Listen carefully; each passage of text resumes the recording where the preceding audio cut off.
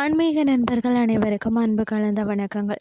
இன்றைக்கு நாங்கள் ஆன்மீகம் சம்பந்தமான பதிவில் இருநதிகள் கூடும் இடத்தில் அருள் பாலிக்கும் தாய் இருக்கன்குடி ஸ்ரீ மாரியம்மன் கோயிலை பற்றி பார்க்கலாமா வாங்க. நம்பினோரே கைவிடாத நாயகி, கேட்டவரம் தரும் இருக்கன்குடி தாய்.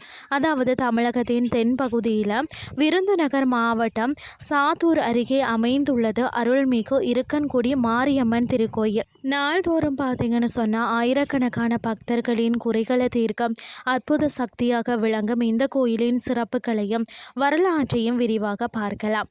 அதாவது இந்த கோயில் பார்த்தீங்கன்னா அர்ஜுனன் ஆறு வடக்கு மற்றது வைப்பாறு தெற்கு ஆகிய இரு புண்ணிய நதிகள் சங்கமிக்கக்கூடிய ஆற்று மணல் திட்டில் பார்த்தீங்கன்னா அமைந்துள்ளது. இரு கங்கைகள் ஆறுகள் கூடும் இடத்தில் அம்மன் குடி கொண்டுள்ளதால் இரு கங்கை குடி என்று அழைக்கப்பட்டு காலப்போக்கில் இருக்கன்குடி என்று மருவியது. பொதுவாக பார்த்தீங்கன்னா மாரியம்மன் கோயில்களில் அம்மன் இடது காலம் அடித்து வலது காலம் தொங்க விட்டபடி தான் காட்சி தருவார். ஆனால் இருக்கன்குடி மாரியம்மன் பார்த்தீங்கன்னா வலது காலம் அடித்து இடது கால தொங்க விட்டபடி அமர்ந்து அருள் பாலிக்கிறார். இத்தகைய அமர்ந்த கோலம் மிகவும் அரிதானது, மற்றது சக்தி வாய்ந்ததுன்னே சொல்லலாம். அது மட்டுமில்லாமல் இங்குள்ள அம்மன் சிவ அம்சமாக போற்றப்படுகிறார்.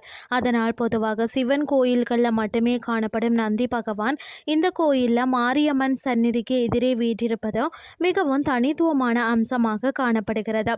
சுமார் 300 ஆண்டுகளுக்கு முன்பு இந்த பகுதியை சேர்ந்த பெண் ஒருவர் சாணம் பொறுக்குவதற்காக கூடையுடன் வந்தாராம்.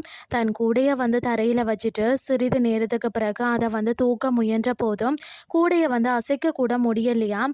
அப்போது அந்த அக்கம் பக்கத்தினர் ஓடி உதவ முயன்ற போது கூட அந்த பெண்ணுக்கு அம்மனின் அருள் வந்ததாம். அதாவது, சாமியாடி நான் இந்த பூமிக்கு அடியில் புதைந்திருக்கிறேன், என்னை எடுத்து கோயில் கட்டி வழிபடுங்கள், உங்கள் நோய்களையும் துன்பங்களையும் போக்கி உங்களை காப்பேன் என்று அசரீரியாக கூறியதாக வரலாறு. அதன்படியே பார்த்தீங்கன்னு சொன்னால் அதாவது அம்மன் சிலை கண்டெடுக்கப்பட்ட வழிபாடுகள் தொடங்கினதா. பிரார்த்தனைகளும் நேர்த்திக்கடனும், அதாவது பார்த்தீங்கன்னா கண்மலர் சாத்துதல். அம்மை நோய், கண் நோய் மற்றது தீராத உடல் உபாதைகள் தீரணும்னா பக்தர்கள் கண்மலர் சாத்தி வழிபாடு செய்கிறார்களாம். குழந்தை பாக்கியம் கிடைத்த பக்தர்கள் குழந்தைய கரும்பு தொட்டியில் கட்டி கோயில வளம் நேர்த்திக்கடன் செலுத்துகிறார்களாம். அது மட்டும் இல்லாமல் ஆமணக்கு விதை காணிக்கையாம்.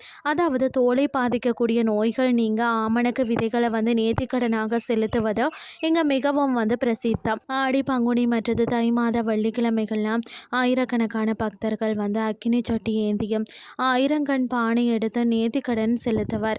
சாத்தூரில் இருந்து சுமார் 8 கிலோமீட்டர் தொலைவு, அதாவது விருதுநகர் திருநெல்வேலி நெடுஞ்சாலையில் அமைந்திருப்பதால் அனைத்து ஊர்களில் இருந்தும் பேருந்து வசதிகள் நிறைந்துள்ளதாம். தாயே இருக்கன்குடி அம்மா, எங்கள் குடும்பத்தின் நோய்களையும் கவலைகளையும் தீர்த்து நல்லருள் புரிவாயாக. இன்றைய ஆன்மீகம் சார்ந்த பதிவு உங்களுக்கும் பிரயோசனமாக அமைஞ்சிருக்கும்னு சொல்லி நானும் நம்புகிறேன். இதே மாதிரி மற்றும் ஒரு ஆன்மீகம் சார்ந்த பதிவோடு உங்களை சந்திக்கிறேன். நன்றி.